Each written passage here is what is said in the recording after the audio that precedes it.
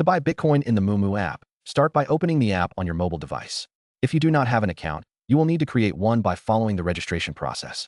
This usually involves providing your email address, creating a password, and verifying your identity. Make sure to complete all necessary steps to ensure your account is fully set up. Once your account is ready, navigate to the trading section of the app. Look for the cryptocurrency option within the menu. When you access the cryptocurrency section, you should see a list of available cryptocurrencies, including Bitcoin. Select Bitcoin to proceed to the purchase screen. On the purchase screen, you will see the current price of Bitcoin as well as options to buy. Enter the amount of Bitcoin you want to purchase or the amount of money you wish to invest. Moomoo may offer different order types, such as market orders or limit orders. Choose the type that best fits your strategy and confirm your purchase.